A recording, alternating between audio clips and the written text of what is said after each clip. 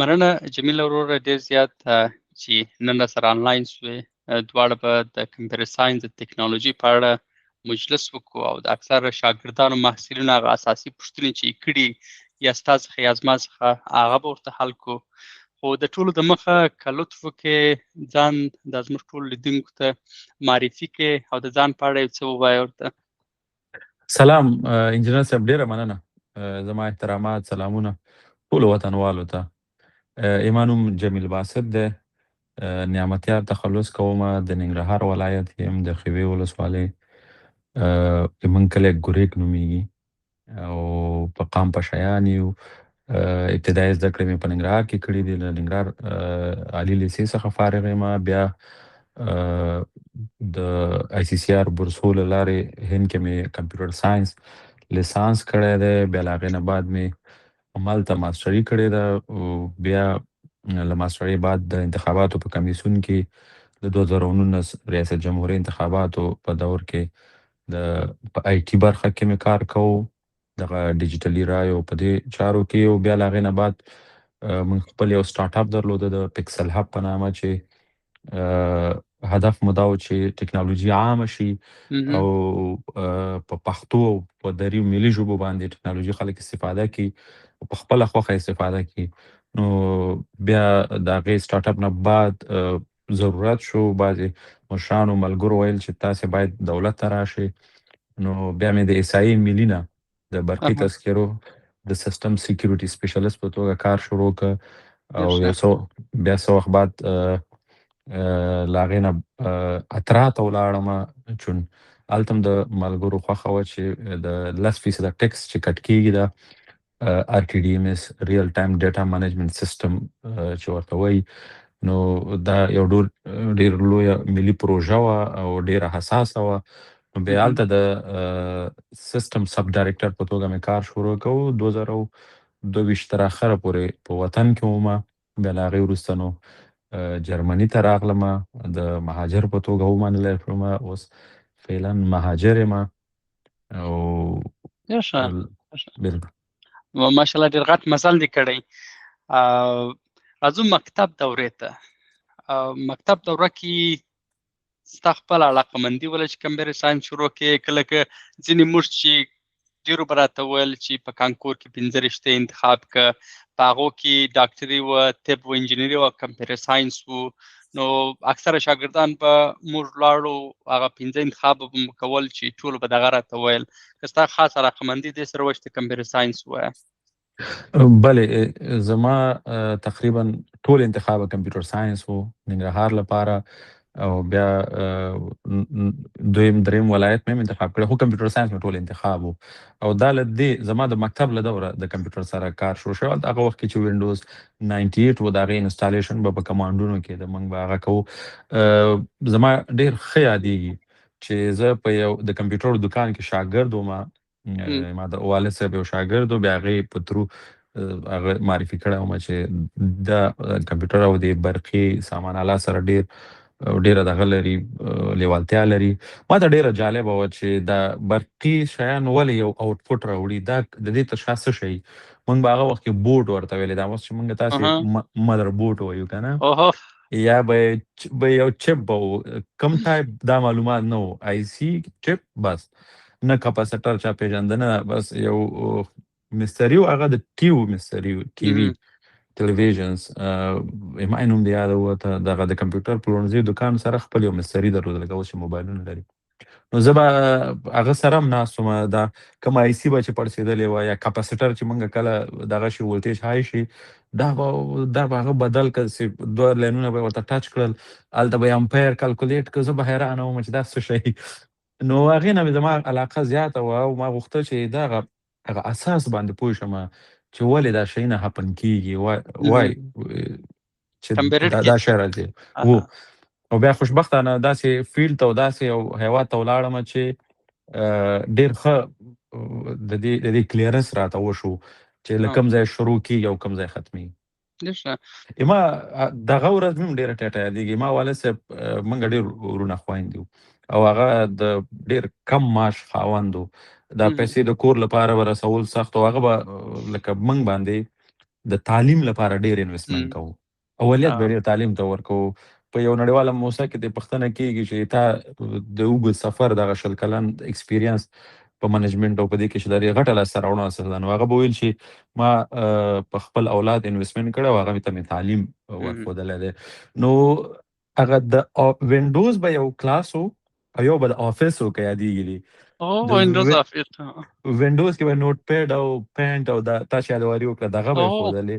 بیا به افیس کې چې ورډ اکسل او دا شیونه به یې ښودل. او ما به فکر کوو چې یاره دغه کمپیوټر دی او دغه دنیا ده، نو بیا د دې فیس پوره کول ډیر سخت و. او یعنی 400 کلدارې که څومره به د افیس فیس و، یعنی ډیر په سختو به دا موږ ته برابر یو افیس و. یو به دا چې غټ کمپیوټر به دی پارت ورځ کې په انسټالیشن ته وړي. از ما ورور بارس په شکړې غټ پټ کې به کمپیوټر اچولې ولته پکې ولزم انسټالوم یا وسه خبر انسټالیشن لپاره به پی سي ام ډیر ځنه غوښتل ځکه انسټالیشن د ټور نوز ده. بیا یو بل شي چې زما علاقه مندي ور سره زیات کې دا و شي ټپ ان ټریکس پلانکې چې په انسټالیشن کوي یا به ډیر وخت د کیبورډ یو څو کیز به چاته نه ویل او یا به څو شان چاته نه وشول. زه به همیشه کنج کاوم چې دا ټپ ان ټریکس رقم د دې څنګه کوي.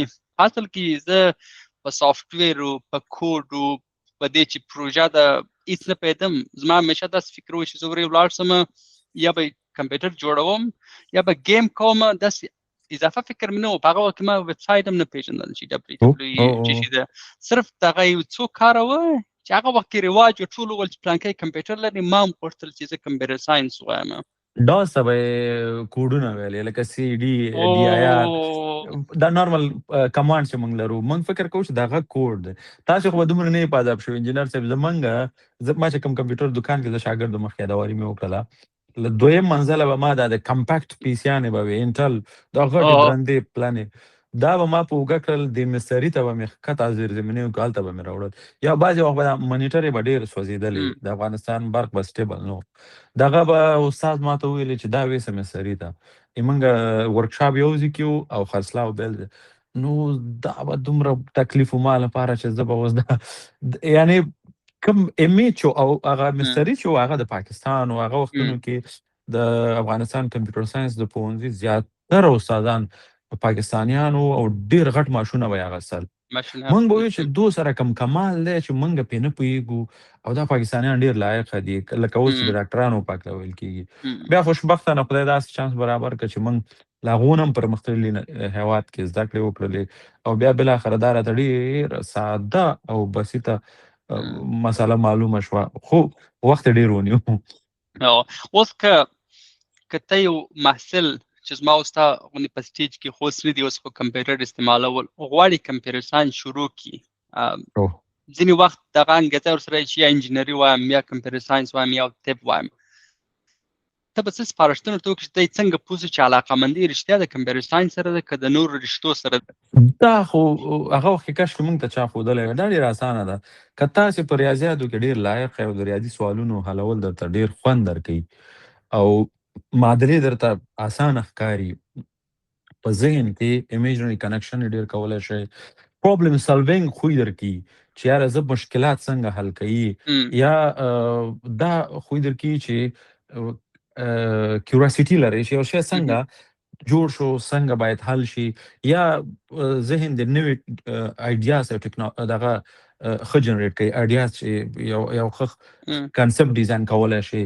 نو فکر کوم ته د کمپیوټر ساینس ښه کاندید یې او ته بیا باید فوکس وکړې دې طرف ته او دې لپاره باید هم په افغانستان کې نظامونو توجه کړی وی له تېره تر ننه پورې، ځکه نور هېوادونه ښه د هنټینګ پروګرامونه لري د وطنوالو د پېژندلو او د هغو د روزلو لپاره. خو که چېرته تاسې دغه کوالټیز نه لرئ، تاریخ درکوي، قصې خوند درکوي، جنجالونه خوند درکوي یا نور شیونه، نو بیا دې فیلډ ته مه راځئ. دا ډېر سټریټ فارورډ دی، دا ډېر د کمپیوټر سره خبرې دي او انسان پکې نشته، درواغ پکې نشته دی، بس ته باید سټریټ فارورډ کار وکړې نو بیا ښه ده چې دې خوا راشي.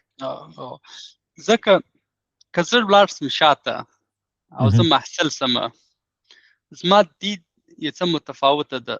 زه بیا داسې محصول ته وایم چې پخوا لکه تا چې ویل موږ ته فرصت نه و، نه یوټیوب و، نه ای نو آی و، نه پښتو و، نه انګلیسي، خو بیا موږ نه پوهېدو. نو اوس کې د دې فرصت شته چې ته ایکسپلوریشن وکړې، ته څو شیان باندې کوشش وکړې. مثلا هره ورځ په یوټیوب کې یو یا دوې ویډیوګانې وګوره. ویډیوګانې دې ته وګوره که زه کمپیوټر ساینس وایم کم کارونه شته، هغه کارونه چې خلک کوي، مثلا خپل د ژوند روزمره کارونه خلک ویډیوګانې پورته کوي یوټیوب ته چې ما کمپیوټر ساینس ویلی، کمپیوټر ساینس کې مې سافټویر ویلی، او زه دغه کارونه کوم. دې یو څه ایکسپلوریشن وکړي، یو څه وخت یې کمپیوټر ساینس ویډیوګانې ګوري، یو څه وخت یې د انجینري د ګوري، یو څه وخت یې د نور کمې رشتې چې دی علاقمندي ورسره لري، چې دی مابینځ کې دې ته یو څه اندازه خپل نو فکر کې پیدا کړي چې د علاقمندي په کم طرف کې ده. بیا بالکل طبعا دا د دې د ټکنالوژي انتخابول یو اړتیا دا ده چې ته په یو څه شیانو پوه سې. بالکل مکتب دورې سره علاقمندي اکثره خلک چې راسي کمپیوټر ساینس شروع کړي، دلته خو ریاضي شته، که څه هم ریاضي زده کول اوس وختو کې مشکل کار نه ده، خو یو علاقمندي څه ورسره چې د ریاضي حل کړي، نو بیا دی په دوم دریم کال کې پوه شي چې ما غلط انتخاب کړی. او نو په هغه وخت کې د دې لیوالتیا باید د مضامینو سره چې کمپیوټر ساینس انتخاب کړي. بالکل انجینر صاحب زه په دې کې موافق یم، خو متاسفانه دې کې موږ تاسې ټول مساوي ملامت یو چې په یوټیوب کې او په نورو پلیټفارمونو کې په پښتو او په ملي ژبه موږ ډیټا ډیره نه لرو چې څوک یې وګوري. یو څوک چې تر 12 رسیږي هغه تر ډیره په انګلیسي مخه نه حاکمه، په هندي یا په اردو ژبه هم نه حاکمه، په ایرانی فارسي هم نه حاکمه. نو موږ په خپل ملي ژبه کاش کې ډیټا، او زما پلان دی آینده کې ان شاء الله چې موږ دومره ډیټا ولرو چې یو څوک راشي او خپله لاره صحیح کړي، ویې ګوري. دغه هم ښه حل لاره ده. زه دې سره بالکل اګري یم چې سړی باید خپله یو ریسرچ وکړي، په یو څه شي باندې قانع شي او خپل هغه کمپیټنس چې دي، کوم وړتیاوې چې دي هغه هم وګوري، ځان سره پرې فکر وکړي، نو یو ښه شی ترې جوړېدلی شي که څوک ترې شروع وکړي. بل اوس وختو کې د 10م صنف څخه باید د کمپیوټر په زده کولو شروع سړی وکړي. دا که یو سکل دی، که ته غواړې که نه غواړې باید زده کړې. کمپیوټر او انګلیسي دوه مهارت دي چې د دې زده کول هر شاګرد لپاره ضروري دي. او لا ښه حل لاره دا ده انجینر صاحب چې معارف وزارت خاصه توجه دې ته وکړي چې یو ډیره ښایسته ویډیو د ټولو فیلډونو په هکله 1 ساعته 2 ساعته پریپیر کړي او د 10م صنف نه بعد وخت په وخت هلکانو ته پرزنټ کړي په پروجیکټور کې، په نورو لارو نه، او استادان یې تشریح کړي چې دغه راتلونکي تاسې لرئ، کوم چې متاسفانه تر اوسه نه کیږي. کاش وطن کې تعلیم ته اولویت وی، فعلا موږ به دا نظریې رسولی وی ورته. ډېرې مختلفې لارې چارې دي. والله بالله ما تر اوسه پورې دا ارمان دی چې زه په هغو لیسه کې چې ما درس ویلی، زه روزل شوی یم، زه ولاړ شم او هغه ځوان نسل ته چې تمې لري، ډېرې هیلې لري عصري تعلیم ته، هغو ته خپل تجارب شریک کړم او بیرته یو معمولي درس ورکړی شم، معمولي خبرو نه خبر کړم او بیا د هغو نه کمنټس راواخلم او په افغانستان کې یو ښه نظام یې هغو ته پاس کړم او له دې نه یو ښه حل لاره جوړه کړو، او لکه ایران چې دا کار وکړ، د تعلیم کچه ډېره زیاته مخ ته ویوړله. کاش کې دا موقع د خدای موږ ته راکړي چې موږ ټول هغو لیسو ته لاړ شو چې زده کړې مو کړې دي، خپلو استادانو ګورو او نوي نسل ته هیلې ورکړو، نو دا به ډېر ښه شي. که خدای پاک دغه احسان را سره وکړي نو دا به ډېر ښه شي. او بس دغه ویډیوګانې چې موږ تاسې د نور افغانان ملګري چې پورته کوي، اوس پلیټفارمونه تر پخوا بدیښ شوي دي چې کشیان ځوانان سره پلیټفارمونه یې چې زده کولی شي.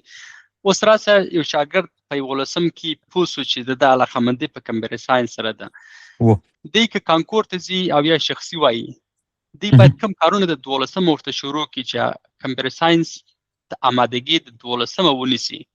نو تر ټولو لومړی خو باید تر ټولو لومړی د انګلیسي ژبه وي چې دا اولویت لري.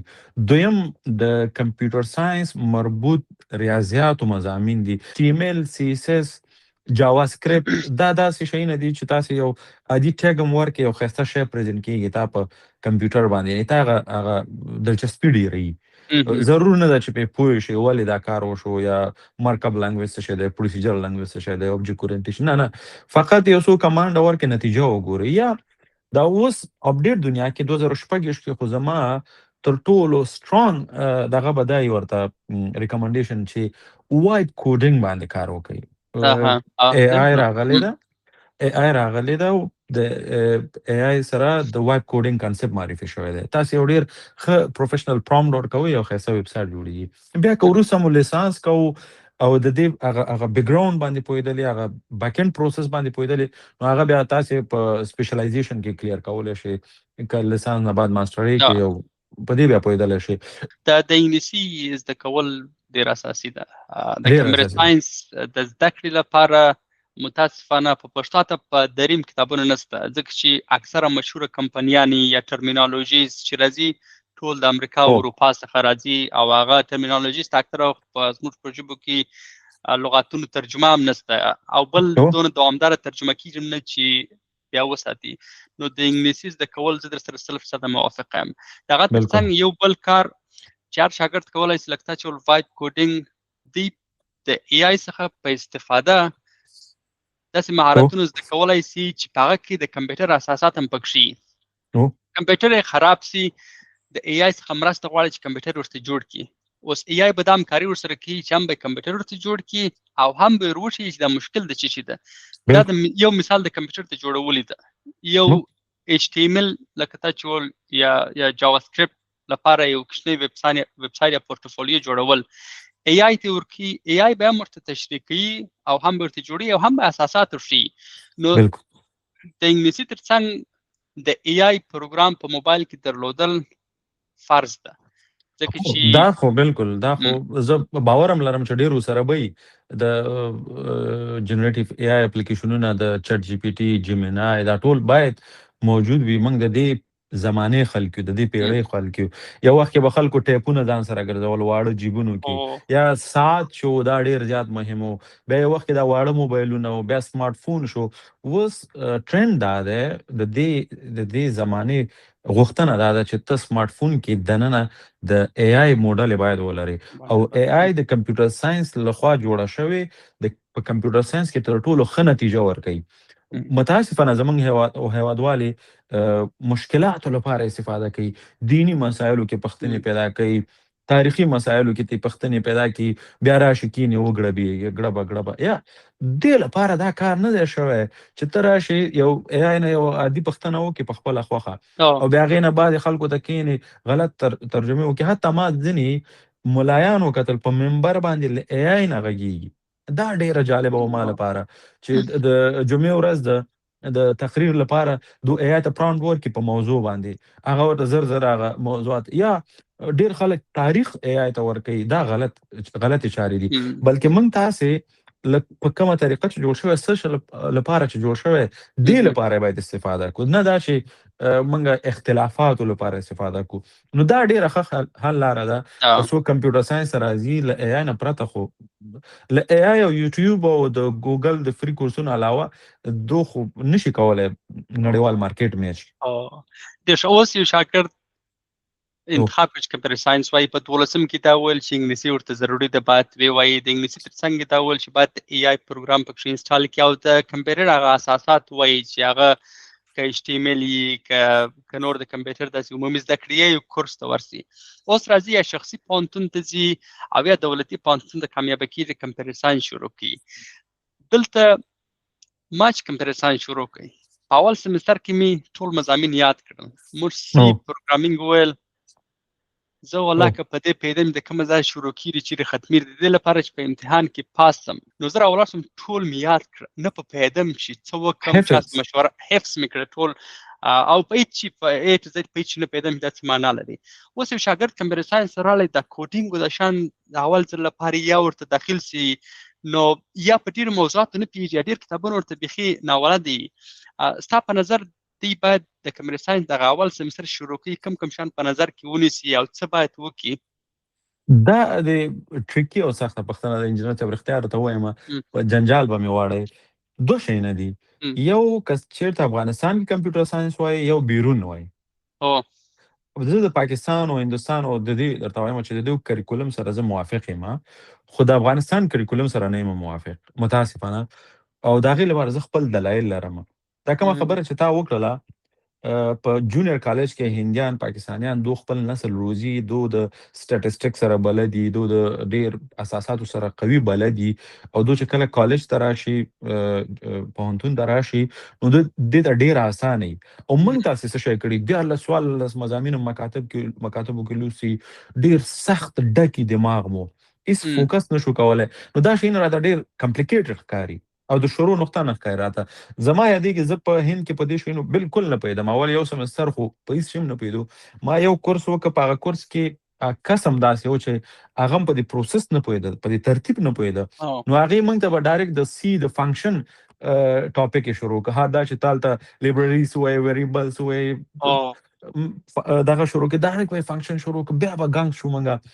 نو اوس هم وایم چې که خدای مسلمان کړي ښه به شي ډېر. راجش جین استاد نومېده، هغې ته چې ولاړو موږ، نو هغې دغه ترتیب راته ډېر ښه کلیر کړه. لکه څنګه چې موږ تاسې حساب له 0 1 2 3 10 پورې ځو، دغسې که چېرته موږ د کمپیوټر ساینس زده کړه له 0 نه 1 2 3 10 پورې ویسو، ډېره مفیده راځي. افغانستان کې زه د ډېرو پوهنتونونو نه خبر یم، په اول سمستر کې د سی پلس پلس نه شروع کوي، څوک یې پایتن، جاوا یې ډایرکټ دویم سمستر کې شروع کړي. یو کمپلیکس او ان پروسیجرل دغه دی، څه نومېږي، د کریکولم دی. زه دې سره موافق نه یم. دا اوس هم په ګوګل کې که تاسو سرچ کړئ یا د نړۍ نور علماو دغه واخلئ د کمپیوټر ساینس، په ټاپ 5 کې د سی لنګویج دی، پروسیجرل لنګویج.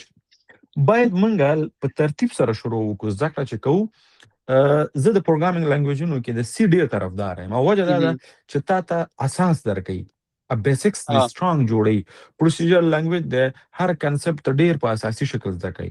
بیا که دا دې زده کړه، سی پلس پلس ته لاړې، آبجیکټ اورینټیشن زیات شو، جاوا ته ولاړلې، هلته د یو آی مسلې زیاتې شوې، ورپسې که پایتن ته ولاړلې، بیا خو ځه، خو اساس خو جوړ کړه اول ځان ته. څلور ټیرونه خو کېده، بیا که وروسته د باډي ډیزاین کړه، که سپیډ دې ورکوه، هغه نور مسلې دي، خو اساس دې باید وي. دغه یو مس کنسپټ د افغانستان کې متاسفانه موږ چې خپل سټارټ اپ د پکسل هب په نامه کړی و، هلته موږ تدریس کې لومړنی سبجیکټ د سی وایو، او زیات شاګردانو باور نه کوه چې وایي سی زړه ژبه ده، موږ یې ولې ووایو، ولې موږ سی نه شروع وکړو، دا خو آوټډیټډ ده.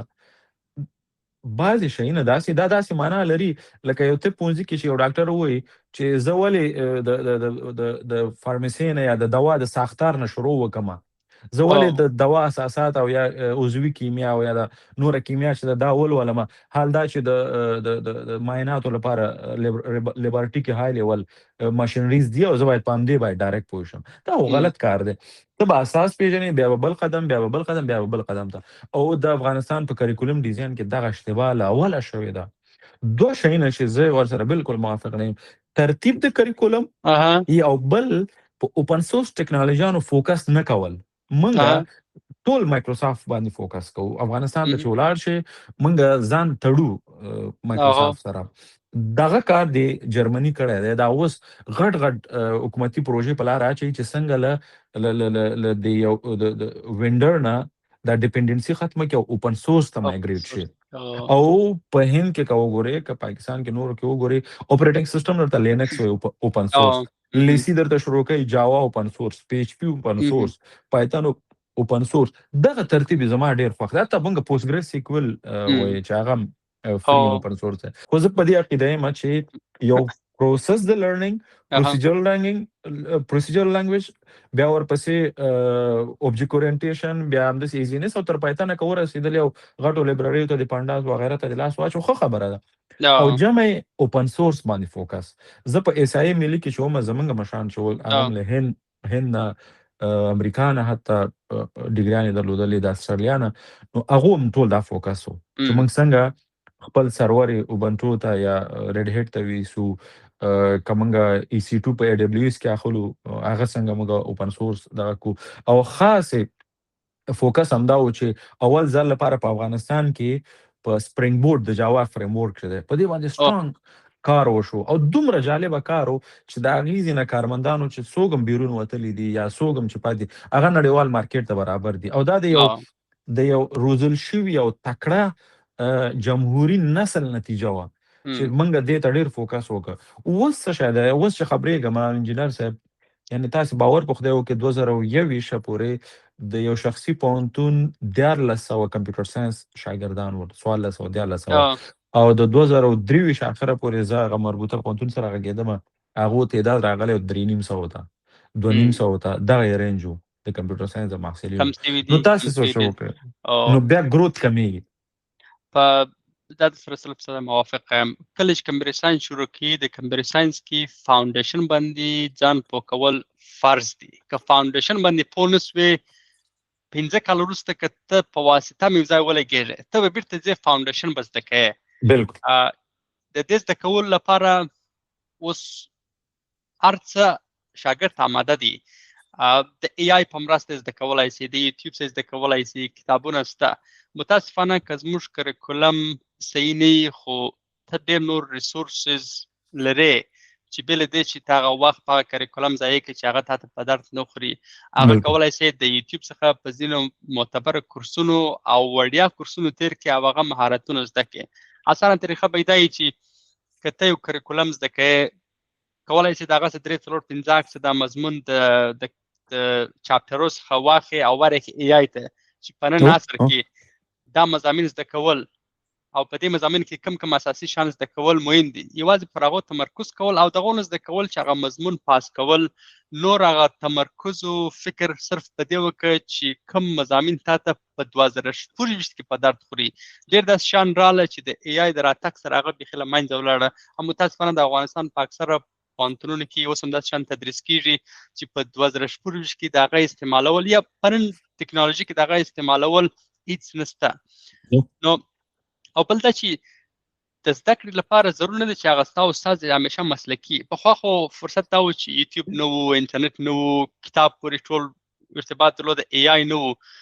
اوس د زده کړې لپاره ضرور نه ده چې ستا استاد دې بیخي مسلکي. که څوک غواړي زده کړې وکړي، اول سمستر کې که ځان ته یو روډ ماپ د 4 میاشتې وټاکي، اول کې د اساسات زده کړي، شروع کېدای شي چې د کمپیوټیا ای پلس څخه وکړي چې کمپیوټر څنګه کار کوي، رام چې شي، د سی پی یو چې شي، د انسټالیشن څنګه کار کوي، بایوس. دا تر ټولو اساسي په دې ده چې وروسته بیا ته د ټربل شوټینګ یا کار وظیفې لپاره استفاده ځنې کولی شي. دې ته ورته کمپیوټیا نیټورک پلس دې زده کړي. په 4 میاشتې کې دا دواړه زده کړي او 3 میاشتې نور کې دي د پروګرامینګ فنډامنټلز زده کړي. ته کېدای شي د سی څخه شروع کړي. داسې کورسونه دي په یوټیوب کې چې د سی د ووایه چې ته کولی شي هغه ستا د زده کړې مطابق ته درس پیدا کړي. اکثره خلک په مختلف طریقو درس زده کولی شي. یوټیوب ښه والی دا ده چې هر استاد په مختلف طریقه تشریح کوي. ته داسې استاد پیدا کولی شي، داسې به درته تشریح کړي چې ته هغسې غواړې، او تر څنګ ای آی څخه چې پوښتنه ځینې کولی شي. او ښه والی دا ده چې ای آی کې انټرنیټ هم ضرورت نشته. اوس خو د ای آی راغلی چې موبایل کې د سمارټ فون یې بس لوکل انسټال کړه، هر پوښتنه ځینې کوي هغه درته تشریح کوي. بالکل. خو ته به یو لوی جنجال جوړ کړې انجینر صاحب په دې سره. افغانان یو طبیعت لري، شاګرد چې دا له نورې نړۍ زده کړه بیا ځي کورس کې پوهنتون کې له استاده پوښتنه کوي، بیا استادان غوسه کېږي، ناکامۍ نمرې کټ کوي، داسې کارونه کوي. تاسې باور په خدای وکړئ، ما ورته وویل جلال آباد کې موږ د پکسل هب سټارټ اپ و، د دولتي پوهنتون محصلین به راتلل موږ ته. ما به اوله پوښتنه وکړه چې موږ ویریبل ډیفینیشن ته انټیجر فلوټ یا موږ دا ولې لیکو ډیټا ټایپس، او د دې د لاجیک څه شی دی، بیک ګراوند دا ولې راځي، ولې؟ ځکه موږ باید کله چې لنګویج شروع کوو ډیټا ټایپس وپېژنو. ډیټا ټایپس نه مخکې نور بیسکس باید وپېژنو، د نومریک سیسټم وپېژنو چې انټیجر کم نمبر سي. نو موږ به چې دا ورته تشریح کړه، بیا به یو نیم شاګرد نه اشتباه وشوه، پوهنتون کې به بیا استاده پوښتنه وکړه چې استاده ویریبل د ډیفاین که فلوټ دی ولې ولیکه یا د انټیجر ولې ولیکه. نو هغه به ورته غوسه شو چې تاسې پکسل هب ته تللي، دغه زموږ سټارټ اپ به یې ورته ښوده، نو تاسې اخلاق ډېر خراب شوي دي. هغه بیچاره به یې بیا نمرونه هم په عذاب که، صنف نه هم به یې وځوراوه. دا تا چې کومې خبرې وکړلې، دا د یو ماډرن ټولنې لپاره ډېر ښه دي. کاشکې دا استادان یا دا نور مربوطه کسان زموږ غږ واوري چې که محصل له تا نه تا په فیلډ کې یو شی نوی زده کوي او مثبت وو، نو تشویق یې کا، که منفي و اصلاح یې کا، دغه چاره. خو که دا چارې تا ورته وښودلې او دا خبرې چې ما درته وکړې دا دې اډ نه کړلې، بیا به د محصلینو او استادانو خو استادانو ته هم ښه والی دا دی چې دا فرصت استادانو ته هم مهیا سوی. یعنی که یو استاد غواړي صنف ته آمادګي ونیسي پخوا کې په پریزنټیشن او په آمادګي ساعتونو وخت نیول یا به هم زاړه مواد د بل استاد سره واخسته یا به تیر کلو مواد پر راوست هغه به پریزنټیشن کې تر ټولو خسته کون پریزنټیشن به جوړ کړي اوس دغه کار استاد په لاس 15 دقیقو کې سوی استاد زه یو شی همیشه د کمپیوټر ساينس یا مکتب کې زه غواړم د استاد ستای چې عملی مثال راکړي چې په نن ژوند کې دا شی څنګه کار کوي یا دا شی چیرې استفاده کیږي موږ ډېر د شان په پوهنتونونو کې زده کوو خصوصا د ریاضات مربوط په دې نه پیری د دې استعمال په آینده کې چیرې استادان دغه کار کولای شي د AI په مرسته شاګرد ته په اول 2 سمسترو کې سم صحیح ورزده کړي طبعا کریکولم کې مشکلات شته خو استاد کولای شي چې دغه یو مرسته د شاګرد څخه او د شاګرد ژوند بدلولای شي یعنی که یو شو استاد صحیح تدریس ورکړي ټول ژوند به عزت مې موږ تاسو ډیر شو استادان درلوده چې اوس هم یادوو چې پلانکی ډیر تکړه استاد و هم به عزت کړي هم به قدر او بل شوالی به چی شي که استاد صحیح درس ورکړي بل څنګه ته کورس راوباسي هغه ټول شاګردان به د استاد څخه به درس وایي نو د یو شو د AI راتګ د استاد لپاره یو ښه فرصت ده نو هغه استفاده ځنې کولای شي چې دغه نسل وروزي او مسؤلیت یې ده دا کار وشي نو زمونږ د ټولنې هغه په ګډه به د لیول به بره ولاړ شي هم به شاګرد هم او کاش کې دغه نزاکتونه چې ته زما شاګرد یې او ته به ښکته یې زه چې څه وایم هغې ته به غوږ دی کومه پوښتنه چې زما په خوښه یې هغه به کوې دغه لیول ختم شي او هغه کسان چې تا ته د شاګرد په توګه راځي هغه د ورورۍ په فضا کې شي او دا ذهنیت ورکړلی شي چې دغه وطن موږ په ګډه جوړوو ته له ما نه ډېر مهم یې ځکه ما نه ته ځوان انرژي دې ډېره ده زه تا نه 10 کاله مخکې به زړېږم له منځه به ځم ته 10 کاله نور وطن مخ ته وړې نو ما او تا د یوې کښتۍ سواری یو او په یوه کښتۍ کې ناست یو هغه د وطن د جوړولو کښتۍ ده نو دا ډفرنشیټ ونه شي نه هلته به ته سرجي ورته وایې هغلته به ته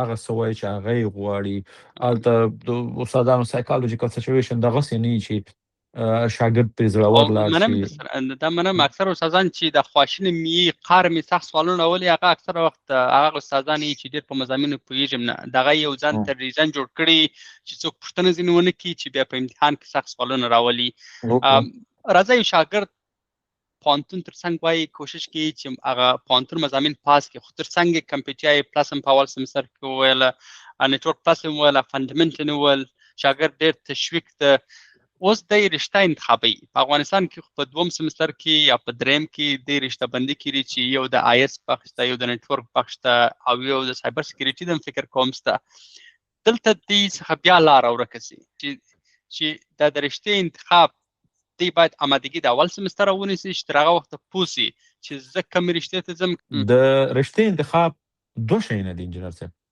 دوه لارې دي یو دا ده چې ته یو ریبورټ جوړوي ټولنې لپاره مثال یو څوک روزي یوازې د ډیولپمنٹ د فرنٹ اینڈ ټیکنالوژیانو زده کړه ورته کوي او هغې نه یو فرنٹ اینڈ ډیولپر جوړوي فقط یو څوک راځي یوازې د کمتیا پلس یا نیټورک پلس یا سی سی ان سرټیفیکیشن کوي یوازې راوټینګ او سویچینګ ورته ښایي یو څوک راځي ته یوازې ته هیکر جوړوي سکیورټي مربوط جوړوي نو په دې فوکس کوي دا د ایم پورې اړه لري چې زمونږ کریکولم څه لپاره ډیزاین کیږي که چېرته ته سکالرز روزي علما روزي د دې برخې او په ټول چارو یې پوه کوي نو زه په دې عقیده یم د دویمه برخه کې چې ټولې برخې باید کور شي کم از کم تر آخري سمستره کم از کم تر آخري کاله پورې 3-4 کاله یا 3.5 کاله باید په دې فوکس وشي چې د یو کمپیوټر ساينس انجینیر از انجینیر ته باید په دې ایکوسیستم پوهی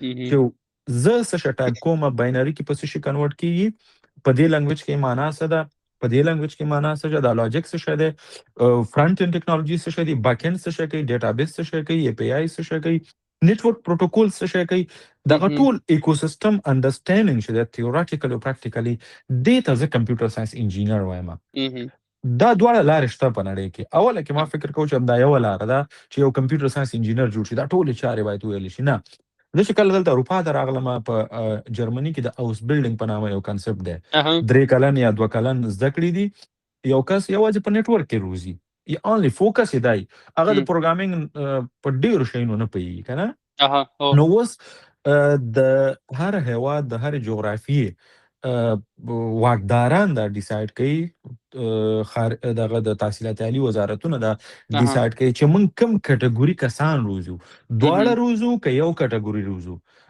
یوازې کار مارکیټ ته څوک ریزو کنه ریسرچ او ډیولپمنٹ لپاره هم څوک روزو دغه وجه نه که تاسو ګوره ډیر کله په کمپیوټر ساينس کې تاسو سکالرز یا ریسرچران د جرمني نه نشي پیدا کولای ځکه دو امپلای روزي که ته ګورې که سوشل میډیا جوړه کړي هغه به د امریکایي که ای آی ډیفاین کوي د امریکا وي که ډیر قوي کمپیټیټر وي هغه به د چینی د هند وي ځکه هغه سکالرز روزي ډیر قوي سکالرز روزي دا ټول چارې ورته وي او دلته خلک مزدوران روزي ته به یو ښه مزدور جوړېږي نو د فیلډ په انتخاب کې زما د افغانستان لپاره دا نظر دی چې موږ سکالرز وروزو موږ د دې برخې عالمان وروزو نو په کار ده چې موږ تر دریم کاله پورې دو ته هیڅ آیډیا د فیلډ د انتخاب پکله ونه وایو وروره دا کمپیوټر ساينس په دې ټول انډرسټینډ شه ټول اساسات د جوړ کړه اوس چې تا کله بلډینګ ودرو ډیکوریشن دار چا خپل کار دی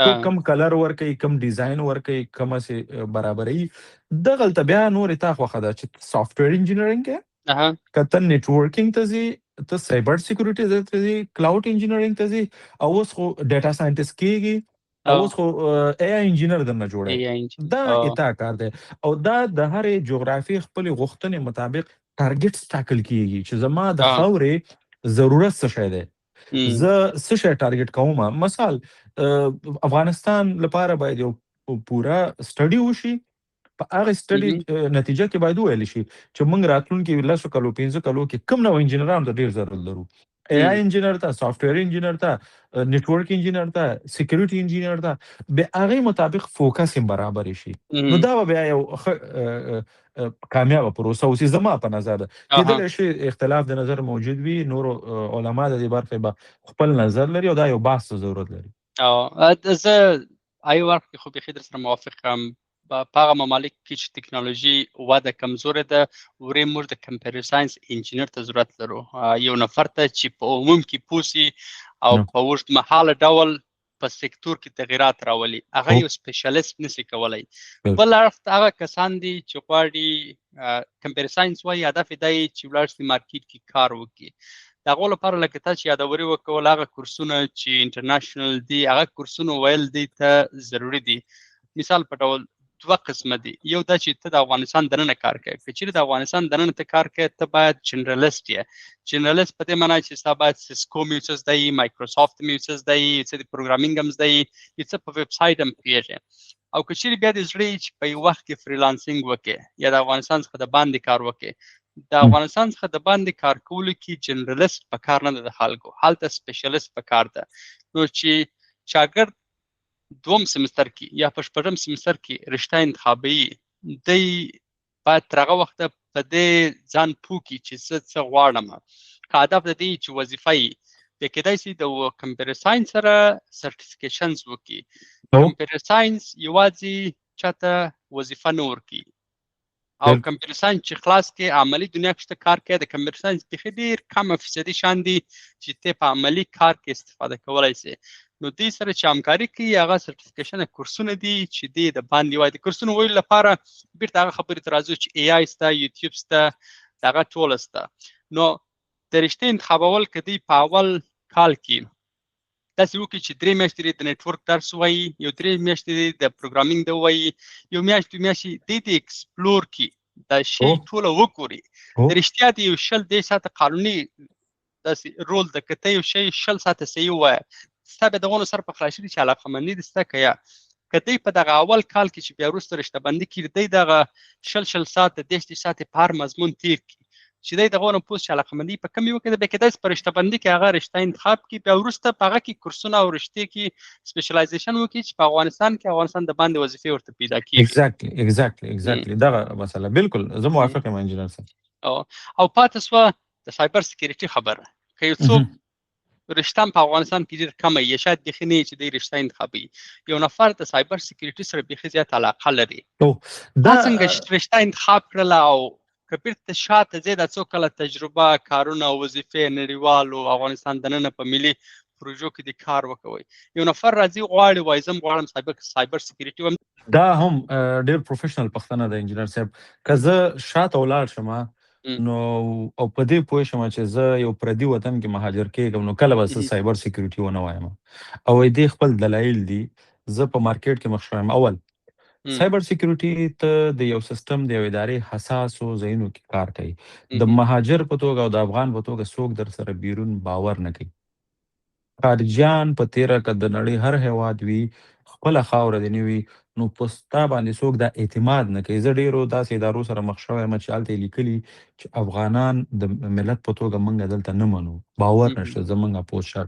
او که ووایې راته چې ته سایبر سکیورټي وایې او افغانستان ته ځې، بالکل به انتخاب کوم. زه به بیا په خپله پرېکړې باندې ډېر خوشحاله یم، ځکه زما د خاورې ضرورت دی. کمپیوټر د سایبر سکیورټي ډېر لوی ضرورت دی. موږ د غونډ هیواد په سطح باندې تر اوسه پورې یو سکیورټي اپریشن سنټر نه لرو، تر اوسه پورې. یعنې په که نور هیوادونه وګورې په سلهاو زرهاو به وي هر ارګنایزیشن لپاره. موږ نه د دولت په توګه او نه شخصي ارګنایزیشن په توګه لرو. او دا ډېر د بدبختۍ ځای دی.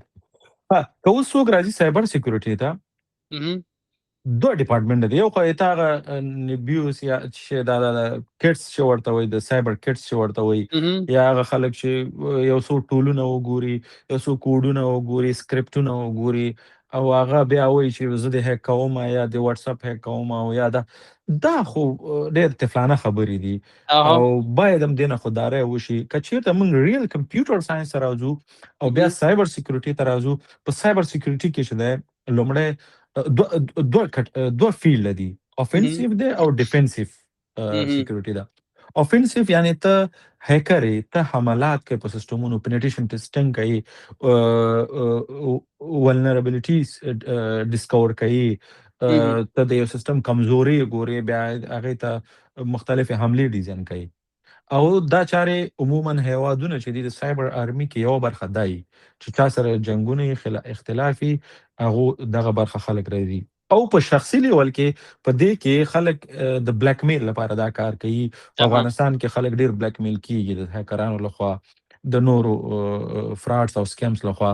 ته کولی شې چې دا د هغې لپاره هم استفاده کوي چې خلکو نه پیسې پرې ووهې. ته کولی شې خپلې خاورې ته پرې خدمت هم وکړې. یعنې دا د هغې کوایف دي. دویم ډیفنسیو یا دفاعي امنیت د انټرنیټي، دا د یو هیواد لپاره هم ډېر ضروري. څنګه چې حملات ضروري، دغسې دفاع ضروري، او دې وظیفې هم ډېر وي. د افنسیو هم ډېر وي، د ډیفنسیو هم ډېر وي. په ډیفنسیو کې ته د سیمز ډیزاین، ساک ډیزاین امپلیمنټیشن، ای ډي آرس یا ان پوینټ ډیټیکشن ان ریسپانس، انټي وایرسز، یا موږ مختلف سټنډرډز لرو لکه ISO 27001 یا NIST یا CIS بنچمارکینګز، چې ته د یو ارګنایزیشن ټول دفاعي ساختار جوړوي، ولنربیلیټي منیجمنټ کوي، سکینینګ کوي د خپل انفراسټرکچر، هایبریډ وي که کلاود وي که خپل انفراسټرکچر د کمپنی وي. دا د ډیفنسیو سکیورټي یا د سایبر سکیورټي کنسپټ دغه دی. دې ته موږ سایبر سکیورټي انجینر وایي. هغه بل چې دی موږ ورته هیکر هم ویلی شو. څوک چې افنسیو کې کار کوي هغې ته موږ سکیورټي انجینر ټایپ اف ویلی شو. خو دا خپل ټیمونه لري، ریډ ټیم لرو، بلو ټیم لرو. نو زما په اند افغانستان خو دواړو ته ضرورت لري. افغانستان کې د سایبر سکیورټي د وظیفو لپاره طبعا ځینې شرایط دي. یو شاګرد که غواړي په افغانستان کې دننه کار وکړي په ملي ادارو کې یا نور مؤسسو کې، د هغو لپاره په افغانستان کې کورسونه شته چې دی ووایي، آنلاین یوټیوب ویډیوګانې وګوري، داسې یو مشخص روډ ماپ شته چې دی ولاړ شي چې زه مثلا راتلونکي شپږ یا یو کال لپاره زه باید کمپیوټر سکیورټي پلس ووایم، CYSA ووایم. داسې یو څه یا ته وایه په افغانستان که څوک سایبر سکیورټي کار کوي هغه هم باید جنرالست وي، یوازې سایبر سکیورټي نه ټول شیان زده وي. د افغانستان د خلکو غوښتنې ډېرې، حتی تر دې پورې که تا سره به دا واقع شوي که نه چې کور کې د کالو ماشین هم خراب شي، درته وایي تا خو کمپیوټر ساینس لږ جوړ کړه، راډو هم جوړه کړه.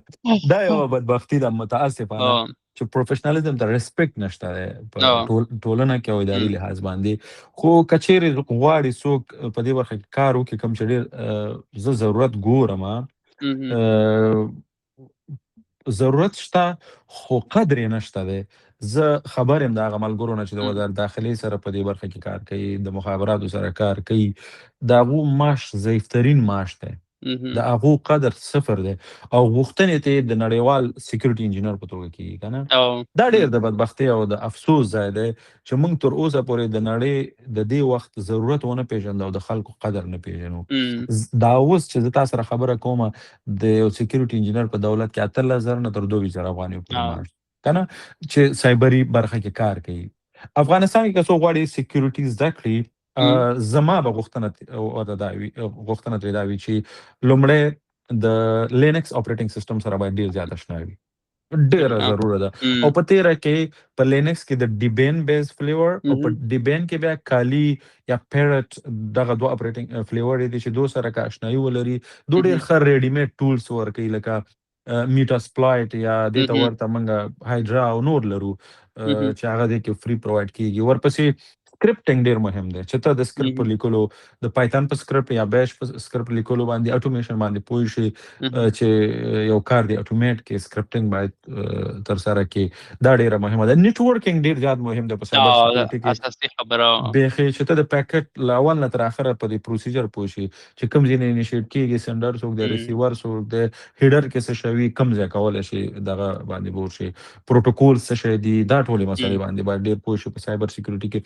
او د دې ترڅنګ سرټیفیکیشنز ډېر زیات رول لري په دغه کې په سایبر سکیورټي کې. وجه دا ده چې که ته چېرته ځان غواړې ثبوت کړي په سرټیفیکیشنونو کې په تا باندې عملي کارونه کېږي. پینټریشن که ته CEH کوي، سرټیفاید ایتیکل هیکینګ، نو په تا باندې پینټریشن ټیسټنګ یې ترسره کېږي. که ته ډیفینسیو سکیورټي کوي نو کمپټیا سکیورټي پلس کې په تا ډېر ښه لیبونه ډیزاین کېږي. زه دغه د تېر کال ما سرټیفیکیټ خپل تازه کړ د کمپټیا سکیورټي پلس. په دې کې ډېر جالبه دغه در باندې انوایرمنټ در باندې سیټ کوي، کمانډونه در باندې بیرته ریپیټ کوي. دغه عملي کارونه چې ته سرټیفیکیشن کې داسې شانس چې هم وړیا یا کم مصرف وغواړي او د یو محصل پایس دی دغه کارونه عملي وکړي، ځکه چې په تیوري کې خو د سایبر سکیورټي خورا ډېر شان دي چې کور کېږي او هر شي که په یوټیوب کې وګورې درته وایي چې د عملي کار وکړي. د عملي کار کولو لپاره دوی ته ځینې ټول شان شته چې دوی کار په وکړي. چې که ته چېرته عملي کار په سایبر سکیورټي کې کوي باید لږ قوي کمپیوټر ولري، کورس دې ډېر ولري، باید کورس دې ډېر وي، د پروسیسر ریمز دې ډېر وي، سټوریج دې ډېر وي، ځکه ته ورچوالایزیشن کوي انسایډ یور کمپیوټر.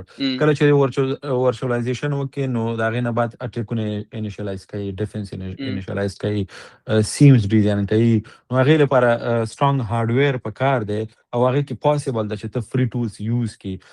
د ګوګل سرټیفیکیټ دی، تاسې که وګورئ د ګوګل سکیورټي انجینر هغه فری کولی شي ترلاسه کړي. همدارنګه د یوډمي ډېر کورسونه فری دي. که نور اسم نه ډارک ویب ته ولاړ شئ یا که نه ټورنټس ته ولاړ شئ، هغې کې ډېر کورسونه کرک شوي پراته دي افغانانو لپاره. هغه کمپیوټر کې چې کار کوئ شخصي فایلونه مه ږدئ، ټورنټ او ډارک ویب نه د نور ډېر لار نه تاسې کولی شئ دا کورسونه فری ترلاسه کړئ. ټلیګرام کې ګروپونه دي او بیا یې په خپل کمپیوټر کې عملي کړئ، خپل سکلز وښایي. بیا هغې نه بعد په یو ارګنایزیشن کې بیا کم چې زما په چانسز ډېر کم دي. افغانستان کې لا د ډیولپمنټ سټیج نه دی پوره، موږ دا ټول سیسټمونه پوره نه دي جوړ. بیا د هغې امنیت به ته څه نیسي؟ یعنې تاسې باور وکړئ د امتحاناتو د ادارې یو عادي سیسټم دا اوس ډېر عادي سیسټم یې لانچ کړی و، ایراني و که کومو هیکرانو پرې حمله کړې و، ترکانو کړی و. د هغې ډیولپر ما سره تماس وکړو چې استاد زه دې مشکل سره مخ یم او زه باید څه وکړم. اساسي د جاوا سکرپټ د آوټ ډیټډ لیبرریانې وي یا دې ته ورته نور داسې کارونه یې ترسره کړي وو چې د زغملو نه وله. وجه دا ده چې موږ په ارګنایزیشن کې یوازې سافټویر انجینر او نیټورک انجینر ته ویلیو ورکو، موږ سایبر سکیورټي انجینر ته ویلیو نه ورکو. دا کمپلسري شي په هیواد کې چې تاسې دا نیسئ نو باید یو سکیورټي انجینر هم ونیسئ چې دا ټیسټنګ هم وکړي. او اوس خو دنیا بیخي اپډیټ شوې ده، ډاکر کنټینر یې باید سکین شي، کیبرنیټیز دي. دې لپاره بیا زه یو ریفرنس در کوم، د ډیف سیکاپس کورس دی د نانا په نامه، ټیک ورلډ ود نانا، انګلند نه ده. هغې سره ما یو ډیپلوما وکړله په دې کې. ډېر جالبه کورس او ډېر ښه کنسپټونه یې تشریح کړي دي. که افغانستان کې موږ له ځان اپډیټ کوو، فعلا موږ هغه پخوانی ټو ټایر ارکیټیکچر غوندې دی، سرور دی او کلاینټ اکسس کوي.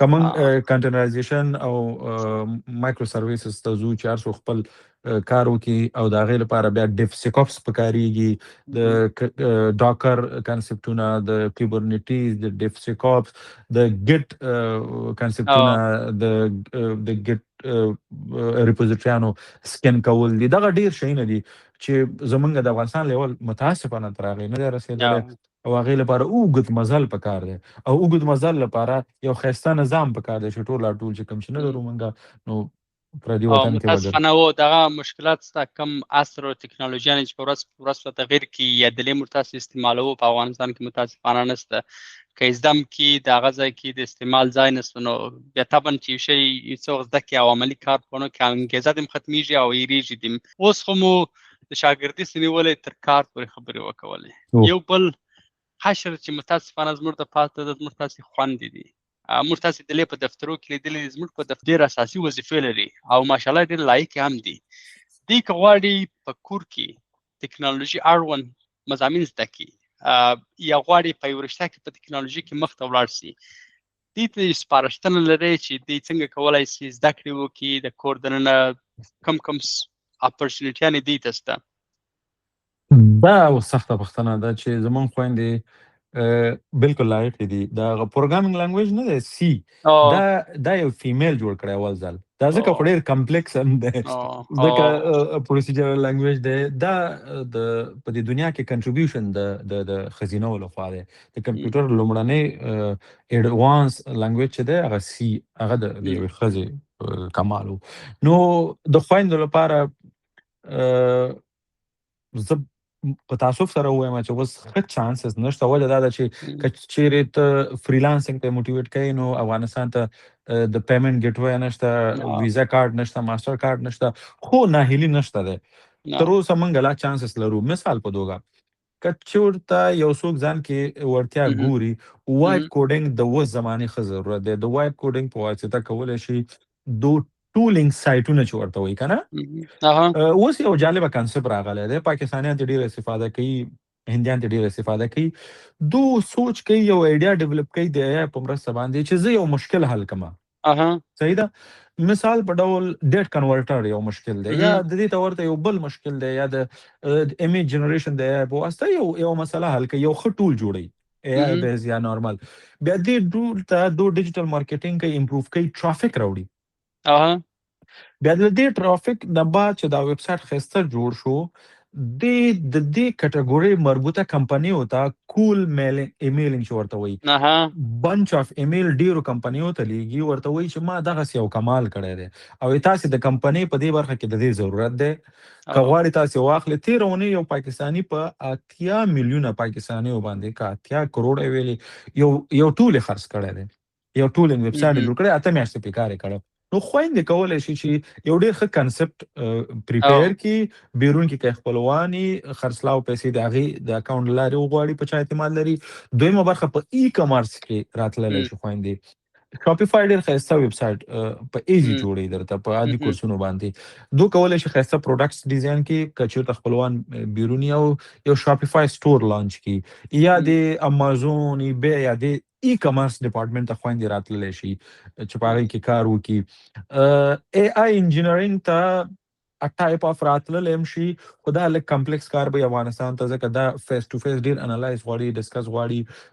ښه لیکچر غواړي چې هغو دا کنسپټس کلیر شي هغې لپاره نو فریلانسینګ آپشن کې هم که چېرته څوک خپلوان ولري بیرون او از ا فرنٹ اینډ ډیولپر از ا پورټفیلو یا سټیټیک ویب سایټونه چې جوړوي دغه ټکنالوژیانې زده کړي هغه هم کولی شي یو چا ویب سایټ جوړ کړي د یو چا ښایسته ډیټابیس جوړ کړي کوچنی غوندې او هغه ورته انلاین وکړي ترسره کړي دغه چارې دي چې خویندې کولی شي چې خپل ټایم پې انویسټ کړي او راوړي خو زما ارمان او غوښتنه دا ده یا هغه ډریم سناریو دا ده چې ما سره خویندې د افغانستان خویندې ورونه په ګډه اوږه په اوږه د افغانستان د ډیجیټل سازي لپاره کار وکړي نو دا به ډېره مفیده لاره وي کوم چې موږ دې بدبختۍ سره مخ یو او ضرورت هم ده بالکل دغه یوه بدبختي ده او د خوند لپاره متاسفانه چې مکتبونه نشته موږ به دغه دعاوې او خپل زحمات کوو چې مکتبونه او پوهنتونونه دې پر مخ خلاص شي خو خورا ډېر سکالرشیپونه کورسونه او نورې د ادارو له خوا څخه مختلفې فیلوشپس دي چې دوی کولی شي د هغه څخه استفاده ځینې د کمپیوټر کورسونو زده کړي، خورا ورته مفید هم دي. په اخر کې یوه موضوع چې مهمه موضوع د هغه د لوکلایزیشن ده چې په پښتو یا دري باندې موږ تاسې کانټنټس جوړوو او یوټیوب، فیسبوک او نور ویب پاڼو ته یې جوړوو.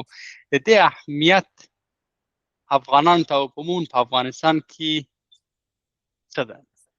دا یو 50-50 مسله ده ما لپاره فعلا. اوله کې زه په دې احساس په دې نظر وم چې باید لوکلایز شي هر شی، او دا یو ښه تاثیر په دې لري چې د ټکنالوژي په کله کوم مس انډرسټانډینګ دی چې ټکنالوژي تعالی څه شی وایي ته به هماغه کوي. لکه ورډ کې وایي چې ته سیف بټن لري، سیوز به نه لري، بس همدا سیف به استعمالوي.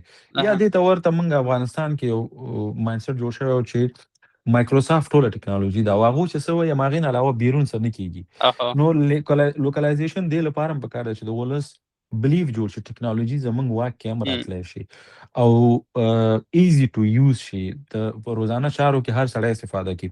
دا کار ایران کړی دی، ډېر ښه امپلیمنټ کړی دی. چین دا کار کړی، روسیې دا کار کړی.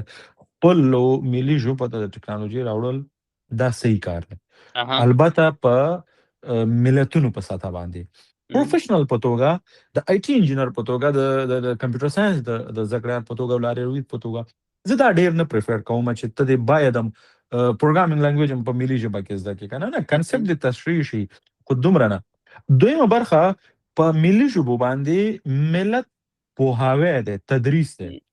دې کې زه ځان هم پړ بولم او د کمپیوټر ساينس ټول هغه کسان پړ بولم چې علم لري او خپل ملت ته نه رسوي. یو ملګری دی د ظریف بهادري په نامه چې ماشاءالله ډېر منظم کار یې کړی دی. یو څه نور هم دي موقتي کار وکړي بیا شاته ولاړ شي. دې نه کولی شي سړی یو پسیف انکم هم جوړ کړي. زمونږ د ملت سایز او په ملت کې د ټکنالوژي سایز ډېر کوچنی دی، ویورشپ به دومره نه وي، خو د ملي احساس په توګه که چېرته یو څوک دا کار وکړي، کوم چې زه ورته آینده کې پلان هم لرم چې زه به ترسره کوم، دا د ټولنې د سطحې په براوړلو کې ډېر زیات رول لري. خو په ټوله کې د یو اپډیټ ملت په توګه ضرور ده چې موږ انګلیسي په خپل نصابونو کې او په انګلیسي پوهېدل عادي کړو.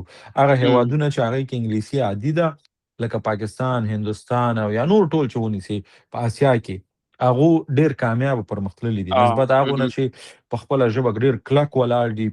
ایران خلک مثال کې راوړي، خو یو واقعیت دا هم دی چې ایران په ټکنالوژي کې هغسې پرمختللی نه دی لکه نړۍ چې ده. مننه جمیل خان، یو جان مننه د وخت څخه. که ملګري څوک دوستان د ټکنالوژي خصوصا د عامه پوهاوي په اړه چې په نن عصر کې یو اساسي شرط دی چې په پوه خصوصا افغانان متضرر کېږي، نو تاسو که په دې اړه ویډیوګانې ګورئ، د جمیل باسط د فیسبوک پاڼه، د ټیک ټاک پاڼه وګورئ، در سره خورا خوندورې او ښه ویډیوګانې دي او پیج در سره لایک هم کړئ. مننه د وخت څخه دی. ډېره مننه یو جان، مننه. هیله کوم انجینر صاحب، ښه راغلی، ډېره مننه، خوشحاله شوم. خوندور مجلس و، انشاءالله راتلونکي کې به موږ به دغه مسؤلیت به ادا کوو. سوالونه تاسې کولی شئ په کمنټ کې موږ ته پرېږدئ یا میسیج وکړئ. موږ به انشاءالله په راتلونکي پاس په هغه موضوعاتو اړوند هم کوو درته.